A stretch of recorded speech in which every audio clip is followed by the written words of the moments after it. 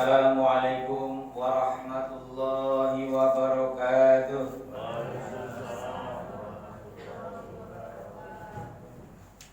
Alhamdulillahi rabbil alamin. Wassalatu wassalamu ala asyrafil anbiya'i wal mursalin wa ala alihi wa ashabihi ajma'in. Asyhadu an la ilaha illallah wahdahu la syarika lah. Wa asyhadu anna Muhammadan abduhu wa rasuluhu la nabiyya ba'dah. Allahumma salli wa sallim ala nabiyyina Muhammadin wa ala alihi wa ashabihi ajma'in. Amma ba'du. Qala Allah ta'ala fi kitabihil karim. A'udzu billahi minasy syaithanir rajim. Bismillahirrahmanirrahim. Ya ayyuhalladzina amanu ista'inu bis-sabri was-shalah. Innallaha ma'as sabirin. Ibu bapak jamaah mushola al-hadiyah al-hidayah yang dimuliakan Allah Subhanahu wa taala. Alhamdulillah kita dapat duduk bersama mengikuti kajian subuh setelah sholat berjamaah. Ini sebenarnya suatu anugerah yang luar biasa, mengingat ngaji setelah sholat subuh insya Allah pahalanya sangat besar.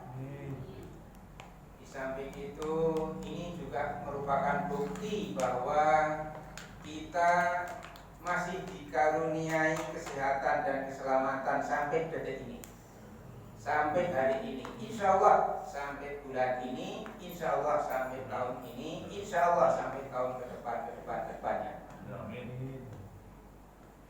Nah, inilah satu bukti bahwa apabila kita pandai bersyukur, ya kan? Kajian pagi ini sebagai bukti rasa syukur kita terhadap Allah Subhanahu wa taala. Tadi di pengantar saya bacakan surat Al-Baqarah ayat 153 yang berbunyi Bismillahirrahmanirrahim. Ya ayyuhalladzina amanu ista'inu bis-sabri was-shalah. Innallaha ma'as sabirin. Wahai orang-orang yang beriman. Orang-orang yang beriman ini termasuk kita bukan? Insya Allah kita termasuk orang-orang yang beriman. Ista'inu bis-sabri was-shalah. Bermohonlah kamu sekalian dengan kesabaran dan dengan sholat. Mohonlah pertolongan kamu sekalian dengan sabar dan sholat. Maka di penghujung akhir ayatnya itu Innallaha ma'as sabirin. Sesungguhnya Allah beserta orang-orang yang sabar. Ibu bapak sekalian yang dimuliakan Allah Subhanahu wa taala, jika kita perhatikan di antara kita, mungkin juga di antara orang-orang yang beriman di luar kita, itu banyak atau setidaknya ada yang ketika butuh pertolongan, yang ketika butuh bantuan, yang ketika butuh santunan, itu sangat bergantung pada sesama manusia lain, ya kan? Nah, bergantungnya sesama manusia itu adalah sebagai perantara saja, harus didudukkan sebagai perantara. Yang sejatinya kita boleh bergantung, kita boleh percaya, kita boleh minta pertolongan hanya kepada Allah Subhanahu wa ta'ala. Saya contohkan, misalnya kita butuh sehat. Yang memberi kesehatan Allah. Kita butuh keselamatan. Yang sesungguhnya memberi keselamatan adalah Allah. Dan kita butuh disembuhkan dari penyakit. Yang sesungguhnya menyembuhkan manusia atau Allah. Allah Subhanahu wa ta'ala. Manusia dengan berbagai bantuannya itu sekedar perantara belakang. Sebab apa?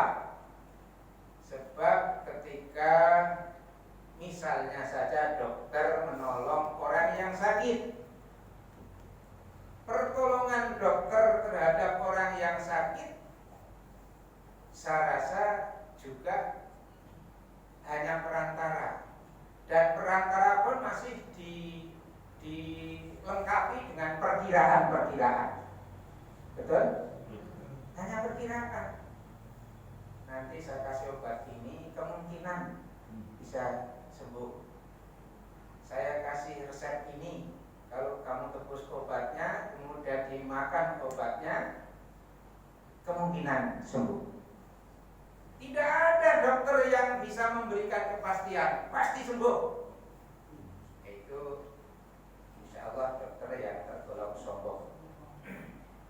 Maka Bapak Ibu sekalian, kalau kita memberikan bantuan, kalau kita memberikan obat, kalau kita memberikan pertolongan pada orang lain, insya Allah boleh kalau didahului insya Allah. Ya, insya Allah sembuh. Atau ini pasti sembuh, insya Allah. Ini kemungkinan sembuh jika Allah menghendaki. Nah, jadi berbagai pertolongan yang kita berikan, insya Allah bisa membantu dari kesulitan-kesulitan. Insya Allah bisa meringankan beban hidup. Insya Allah bisa sembuh. Inilah sifat dan ciri orang yang beriman. Ya, suatu ketika misalnya Pak Haji Rasya memberikan obat yang biasanya kalau diminum pribadinya sendiri sembuh. Tapi kalau misalnya memberikan bantuan, ini obat dari saya pasti sembuh, nah ini nggak boleh. Harus pakai sandaran. Sandarannya siapa? Gusti Allah. Ya, Gusti Allah. Nah ini ciri-ciri orang yang beriman seperti itu.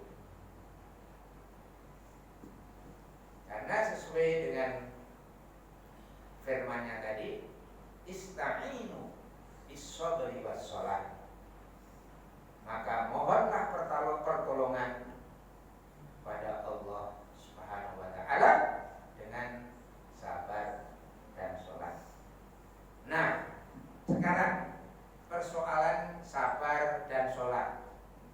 Umumnya orang begitu makan pil tertentu, harapannya segera sehat. Usaha tertentu segera berhasil, ya kan? Kemudian upaya tertentu segera terlaksana. Nah inilah kunci yang kedua, harusnya disertai dengan kesabaran. Kesabaran di sini dimakna ya, dengan arti upaya sungguh-sungguh, upaya serius yang dilaksanakan oleh orang yang bersangkutan supaya Allah memberikan keberhasilan, supaya Allah memberikan kesembuhan, supaya Allah memberikan kesehatan. Ini terus terang saja seperti saya sendiri, kalau usaha tertentu harapannya cepat berhasil, padahal setiap upaya yang dilakukan itu, setiap usaha yang dilakukan itu, setiap permintaan yang diupayakan itu by proses. Dia tidak sadar, kita tidak sadar bahwa berdoa sekalipun itu by proses. Ya kan? Kadang-kadang kita, ya Allah berilah kesehatan, ya Allah berilah kesembuhan. Inginnya sih segera sembuh. Dia lupa bahwa berdoa, berharap itu juga dengan proses. Misalnya ibadahnya bagaimana, misalnya imannya, memperbaiki imannya bagaimana. Nah, imannya saja tidak jelas, kemudian amal solehnya saja juga tidak jelas. Inginnya kalau punya keinginan segera dipenuhi oleh Allah Subhanahu wa taala. Nah, ini sebagai pelajaran untuk kita, hendaknya kita setiap upaya untuk memperoleh hidayah Allah itu harusnya dengan kesabaran dan dengan sholat. Nah, ini makna kesabaran. Yang kedua, yang ketiga, dengan sholat. Bagaimana hakikat sholat itu? Sholat adalah secara istilah, ya, bil istilah, dengan istilah, sholat itu suatu aktivitas yang diawali dengan takbiratul ihram, dengan syarat dan rukun tertentu, dan diakhiri dengan salam. Maka sholat yang tidak dengan takbiratul ihram itu tidak sah, ya kan? Tidak sah. Kemudian dengan syarat dan rukun tertentu. Nah, syarat sholat misalnya ada syarat sahnya, ada syarat rukun, nah, itu harus dipenuhi. Kemudian diakhiri dengan salam.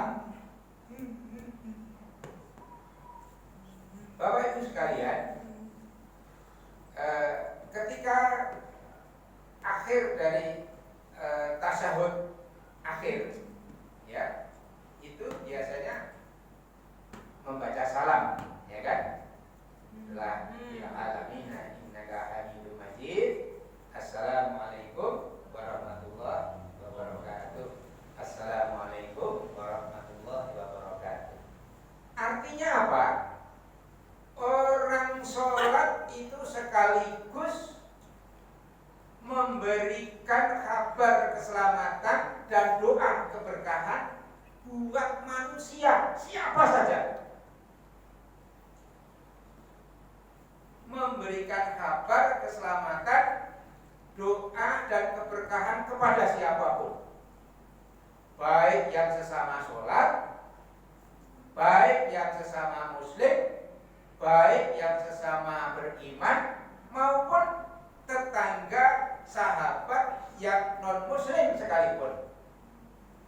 Itu tetap kita doakan, karena salam di situ bersifat umum, ya, baik orang Islam maupun non Islam, mukmin maupun non mukmin. Assalamualaikum warahmatullahi wabarakatuh. Sebaiknya ketika memberi salam juga lengkap. Assalamualaikum warahmatullahi wabarakatuh. Assalamualaikum artinya apa?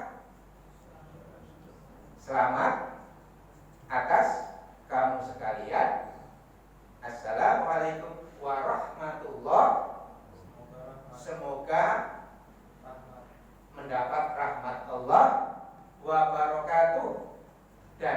juga mendapat keberkahan dari Allah Subhanahu wa taala.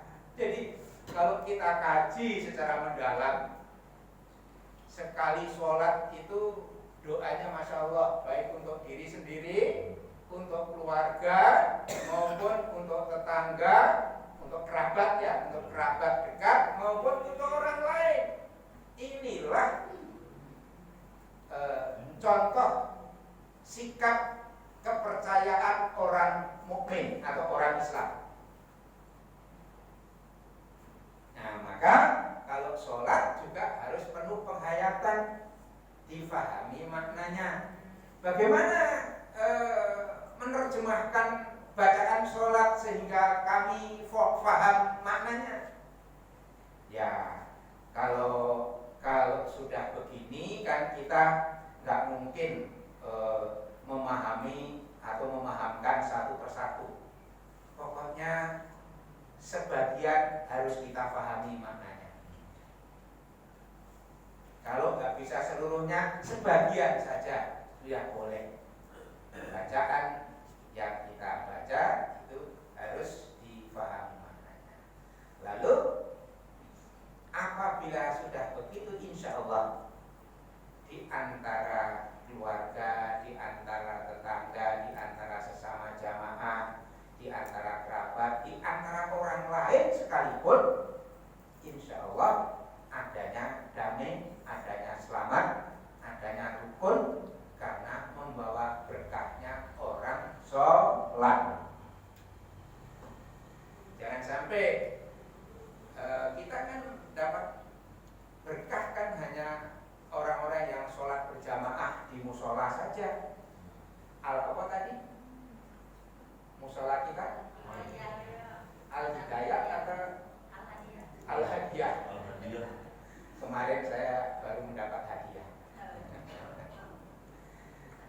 Al-Hadiah, Al-Hadi itu petunjuk. Al-Hadiah, Al-Hadi petunjuk.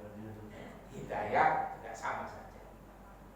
Oleh karena itu, insya Allah kita doakan teman-teman kita, saudara kita yang belum berkenan hadir ke musola, mudah-mudahan kita doakan, mudah-mudahan segera berani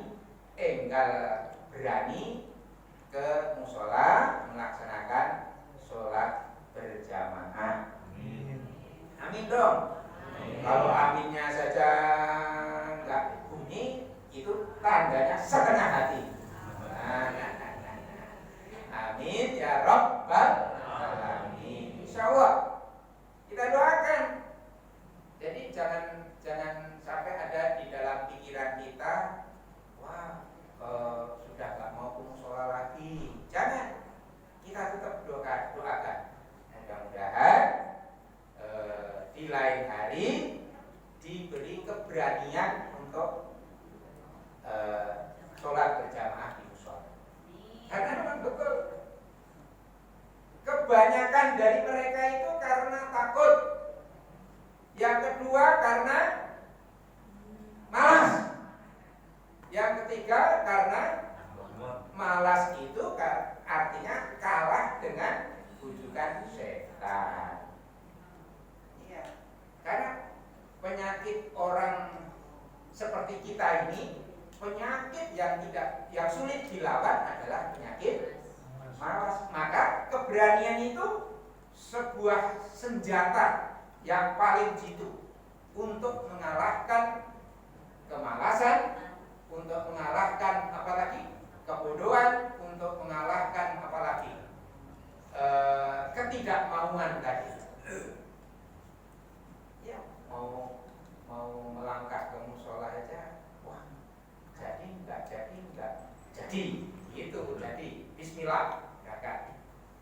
Kemudian ke musola nanti terkena wabah atau tidak, ya kan? Terkena, tidak. Bismillah, berangkat. Ya, jangan ngitung kancing. Ya, diurutkan itu atas bawah. Kemudian yang bawah itu ketemunya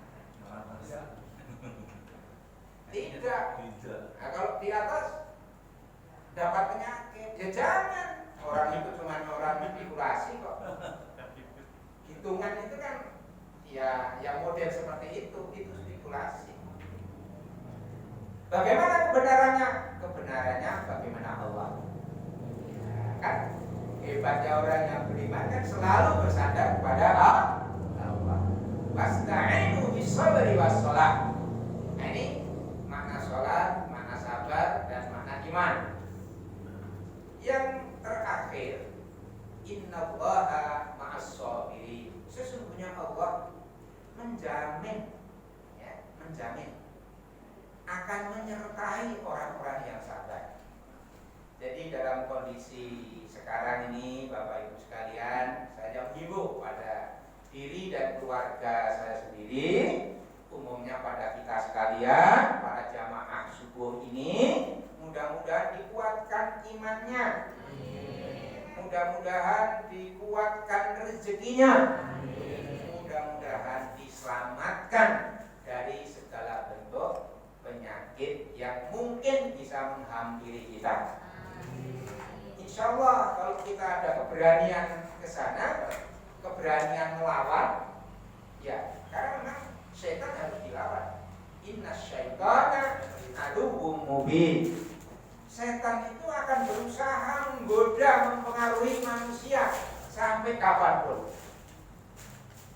Yang imannya kuat katakanlah tetap digoda juga. Yang imannya setengah kuat tetap digoda juga. Apalagi yang imannya lemah, mudah digoda. Karena apa? Itu pekerjaan setan memang mempengaruhi manusia agar manusia lemah imannya. Kalau lemah imannya, maka sulit dipertanggungjawabkan. Oleh karena itu kuliah subuh pagi ini mudah-mudahan kita tergugah kembali untuk memakmurkan masjid kita ini, musola kita ini, sehingga jamaahnya, masyarakatnya berbondong-bondong hadir ke musola untuk sama-sama melaksanakan ibadah karena Allah Subhanahu wa taala. Ini tanda-tanda keikhlasan. Kalau kita ibadah karena manusia, karena yang lain, yaitu ada pengaruh sedikit dari kawan, ada pengaruh sedikit dari keluarga, ada pengaruh sedikit dari istri, kita menjadi terpengaruh, akhirnya lemah kita. Oleh karena itu, supaya dikuatkan imannya, kita sering-sering baca yang qalbul qulub, sabbit qalbi ala iman, sabbit qalbi ala din. Ya Allah, teguhkanlah iman kami, teguhkanlah Islam kami, kuatkanlah Islam kami. Itu makna Allahumma sabbit qalbi ala din, Allahumma sabbit qalbi ala iman, dan seterusnya dan seterusnya. Saya rasa ini saja kajian subuh pagi ini. Ada pertanyaan tidak? Silakan bertanya kalau ada yang bertanya. Silakan. Atau diminum dulu itu kopinya. Ayo minum, Bu. Ayo.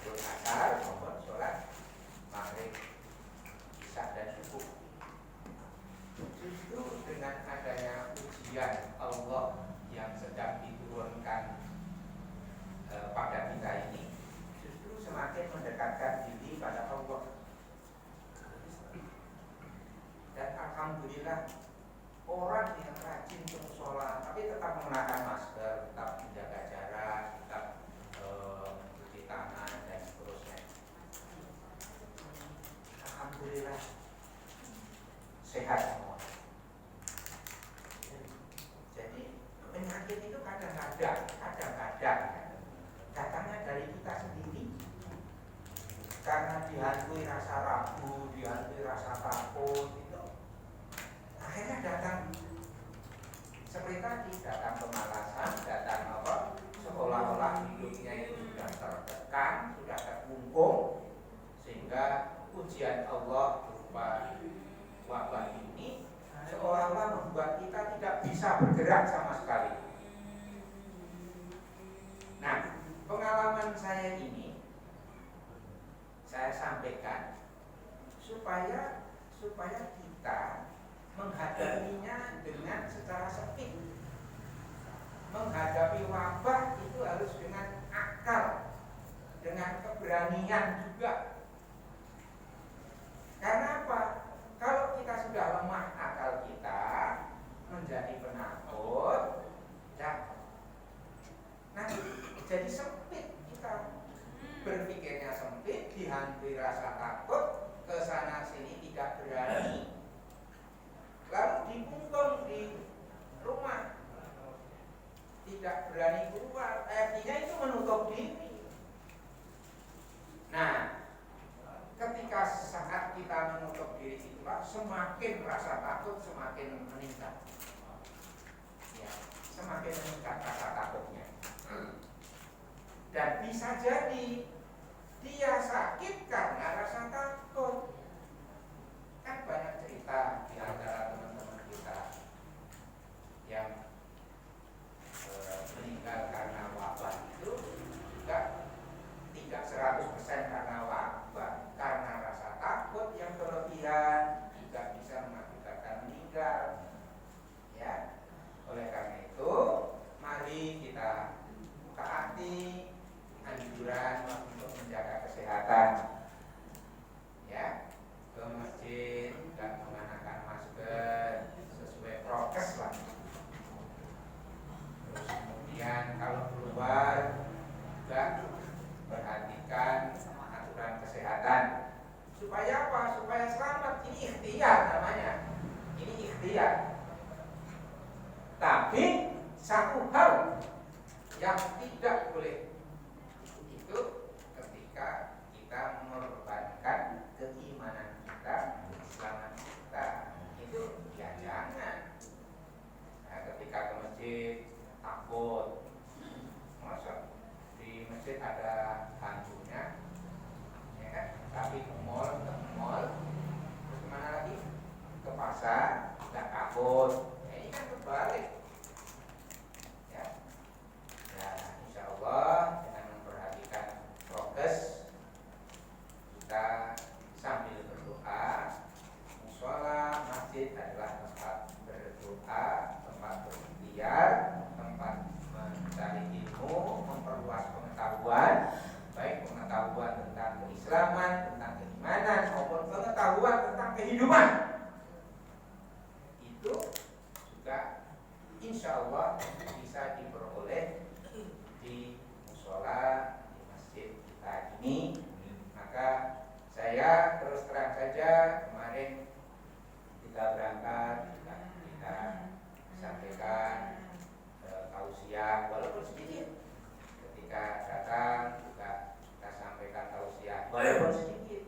Sebelumnya kita sudah mulai kajian subuh. Nah, ini jangan sampai kita ngaji itu karena apa?